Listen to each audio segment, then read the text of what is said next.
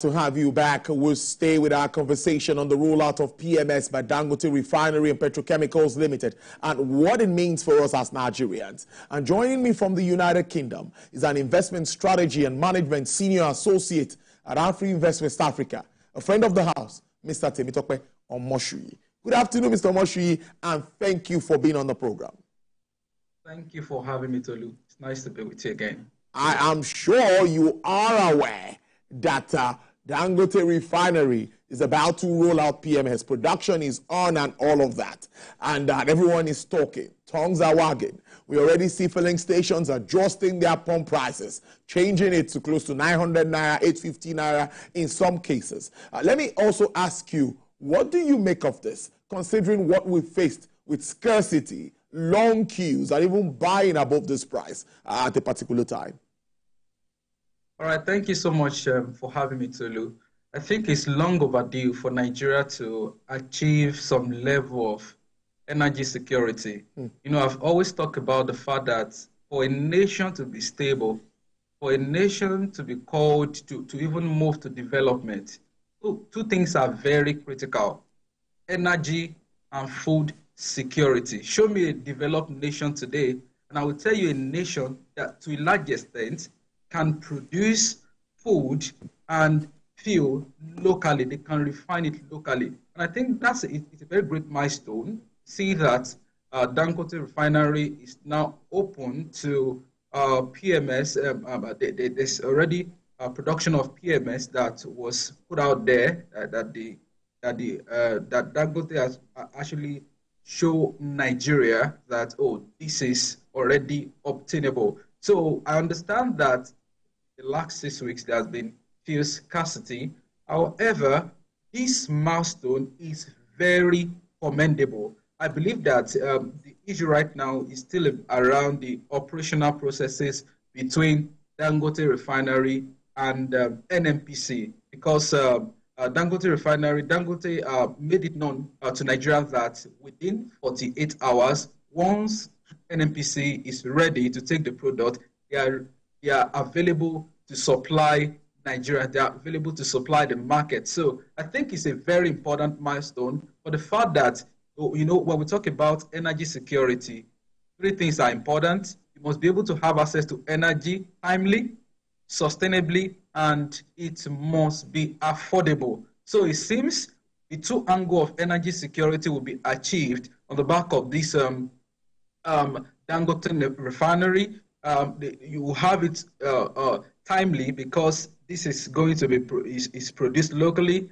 It's going to be sustainable. But the next question will be about affordability, because it's very interesting to know that the capacity of this refinery is enough to meet our local demand. Right now, our PMS consumption in Nigeria is between 45 million barrels per day to 45 million liters, I beg your pardon, per day to about 60. And for the refinery, you know, the capacity of this refinery is about 65,000 barrels per day, and about 50% of that can sufficiently produce PMS. So, can you hear me? Yes, go ahead.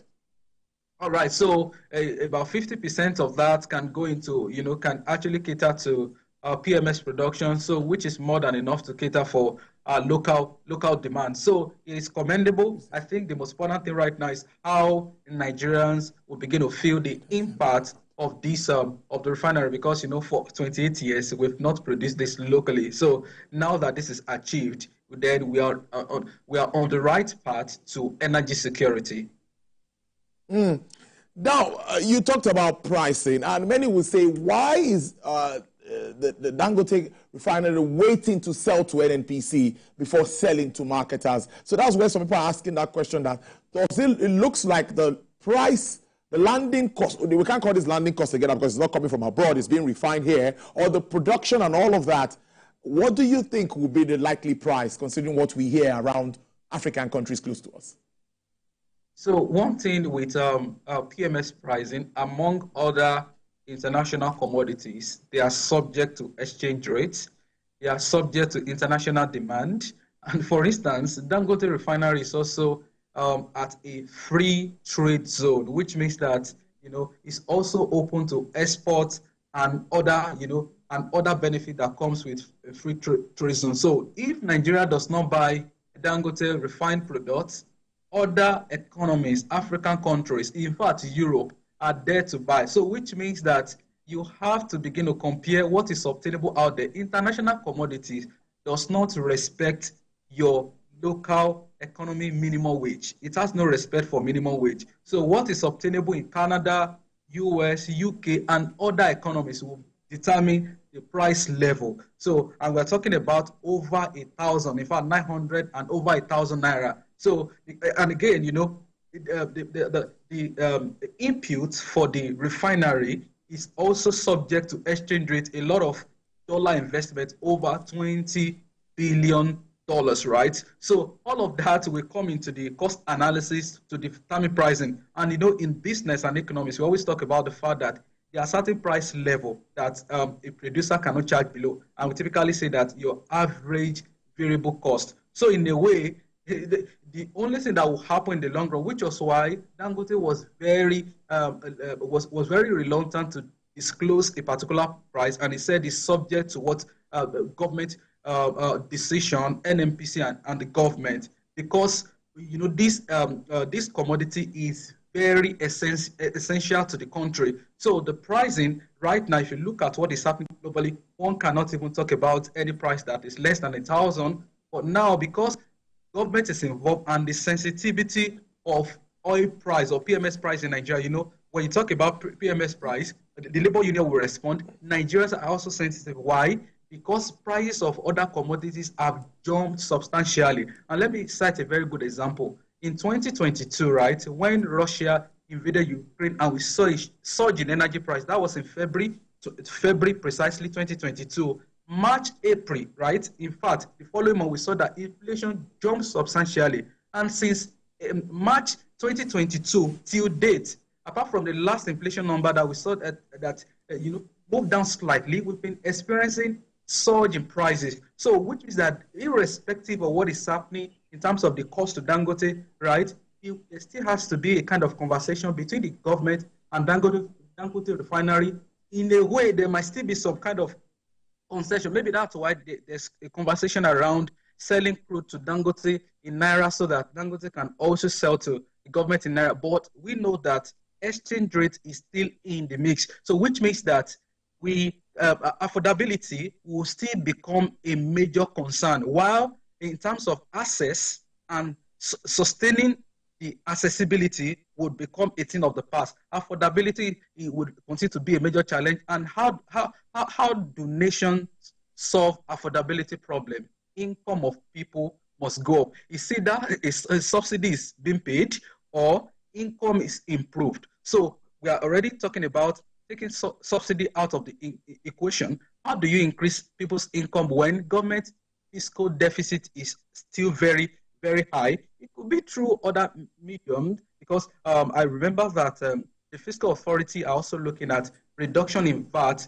for certain items, because when you reduce tax rate, right, when you reduce hours of work for civil servant or any other person, you are implicitly increasing their income. So in terms of affordability, in terms of pricing, it is a very sensitive conversation at this point in time. I agree with you. Very, very sensitive conversation at this time. Even the National Oil Company is saying that, no, we've not given any authority to any hike. But we'll be following up all of these stories. There's a breaking story here, I think it's about the Naira falling massively at the black market. But we'll talk about that, and maybe this is a fallout of what has happened. You talked about level of consumption, and that is an argument that has been on for some time. Do we really know the amount of liters we consume as a country on a daily basis? There's been a drop immediately after subsidy was taken away. But many will tell you that this supply or this number is what is fueling smuggling.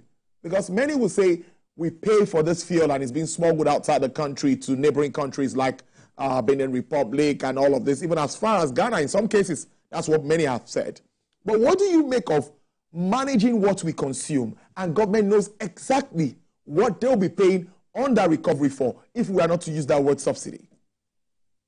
All right, thank you very much, Tolu. I understand your point. We saw that consumption per day it was over 70 Yeah. million liters prior to subsidy removal announcement, but all of a sudden it declined to 45, 46 million liters per day. That was very substantial. But again, there are factors beyond what you said, right, which has to do with the fact that price was adjusted, maybe smuggling would have been reduced. But one can also take it from the angle of the economist. If price of an item goes up, what happens to demand? Demand automatically drops. And that could also be a factor, in addition to the fact that, okay, other activities, and the one thing with market pricing, this is why economists, as much as we understand that you cannot float all prices, right? All prices cannot be floated. All prices cannot be allowed to be determined by demand and supply. We know that to a large extent, markets also helps in terms of efficiency. What do I mean by that? Imagine if PMS is sold for 90 naira per liter, right? You would see someone that will put on his generator with generating set and leave it there, go out, come back. So what do I mean by that? When items are reflecting market price, look at electricity. Some areas are now saying that they have stable power supply. They have to now switch off their electricity and manage their consumption. Why? Because market is somewhat getting closer.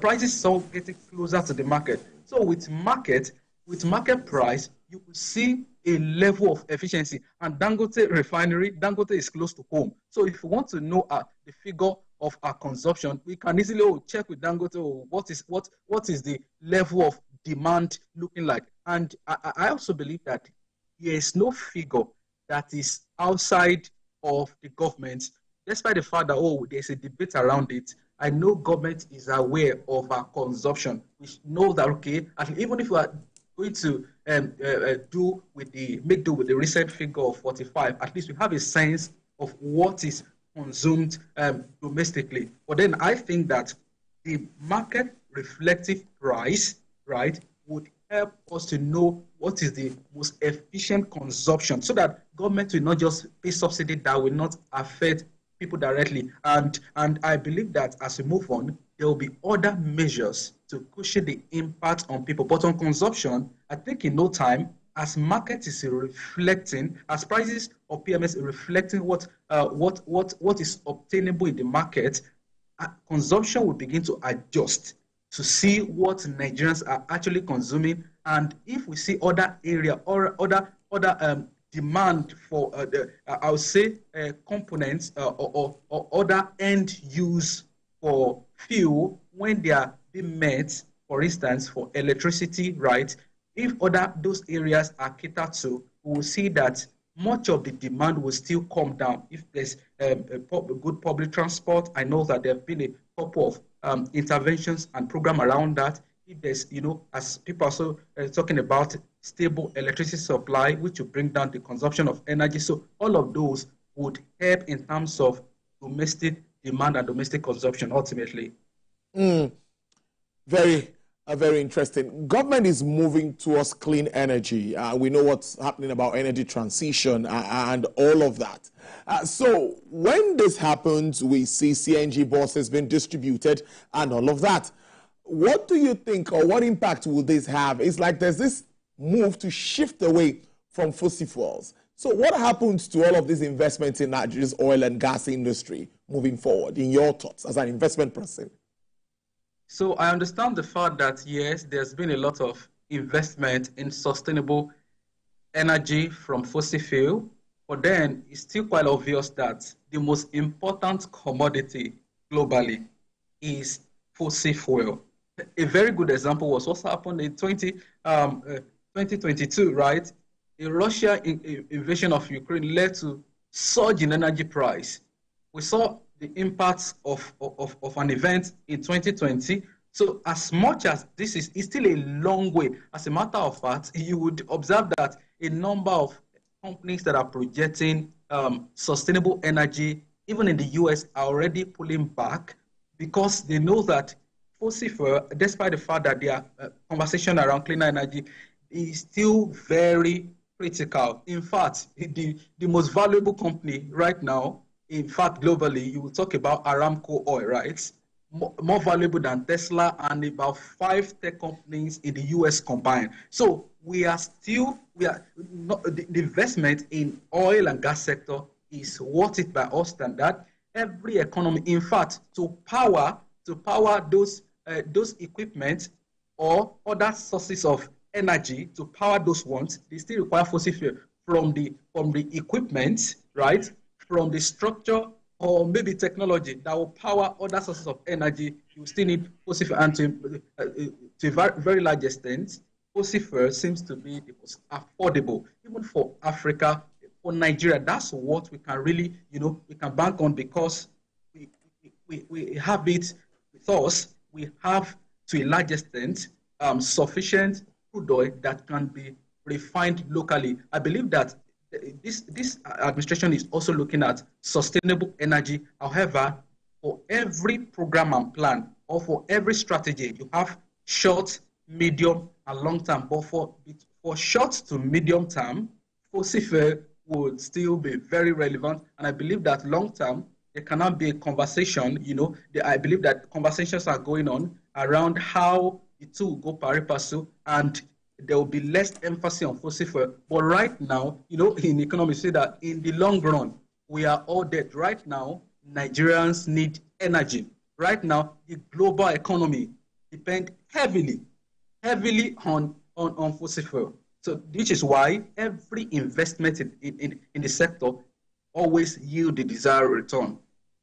It reminds me of an analyst that once told me, he says, we need oil to diversify our economy. That's where we even get the money from, to diversify our economy. I don't know if you agree to that. That's just on a lighter note. But let's talk FX to wrap up our conversation. We already see that there's a bashing on our currency, and the greenback is getting stronger by the day, despite all of these moves by government to address the fallout, the liberalization of the foreign exchange market. What is your understanding of this? When are we likely to start to see this disparity addressed?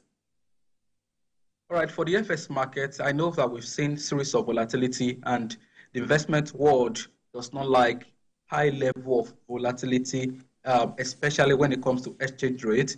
While this refinery, the output is going to be quite positive for for exchange rate in a way, because one, look at the fact that we will be getting PMS in Naira, though there is also a conversation around the revenue, FX revenue lost, right? Because government will be getting, when government is selling the crude oil in Naira, that should have been exported to get dollar income. But we have to look at it holistically. If the productive time that is lost as a result of FQ, the fact that the value chain of this of the refined product would add to overall, overall economic activities. And if you look at our import bills, Nigeria import bills, PMS of oil import is way more than 20-30%. So if you look at all of this, right, it shows that we might enjoy some level of stability as a result of this refinery, right? But like I said, there's a conversation around how the revenue loss would impact the government. But then, if we're already getting all of this, if we're getting the PMS locally, the value chain is going to contribute massively to the economy, because I understand that where Dangote refinery is sited is a free trade zone, which means that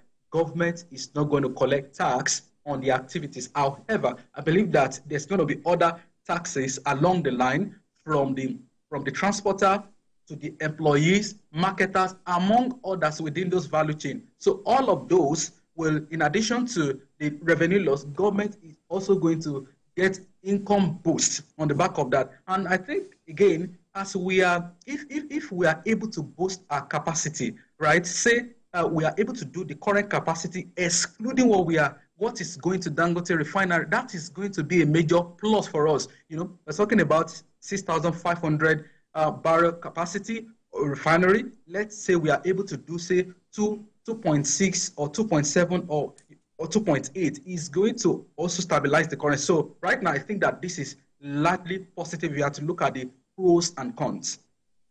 It's actually positive for exchange rate. Mr. Temitope Omoshi, thank you so much for your insights into this. He's an investment strategy and management senior associate at Afri Invest West Africa. Do enjoy the rest of your day. And maybe you send some fuel from the UK because we ain't got fuel here in Nigeria. Thank you. All right, now enjoy the rest of your day. Well, it's time to talk markets, Mr. Mukhtar Mohammed.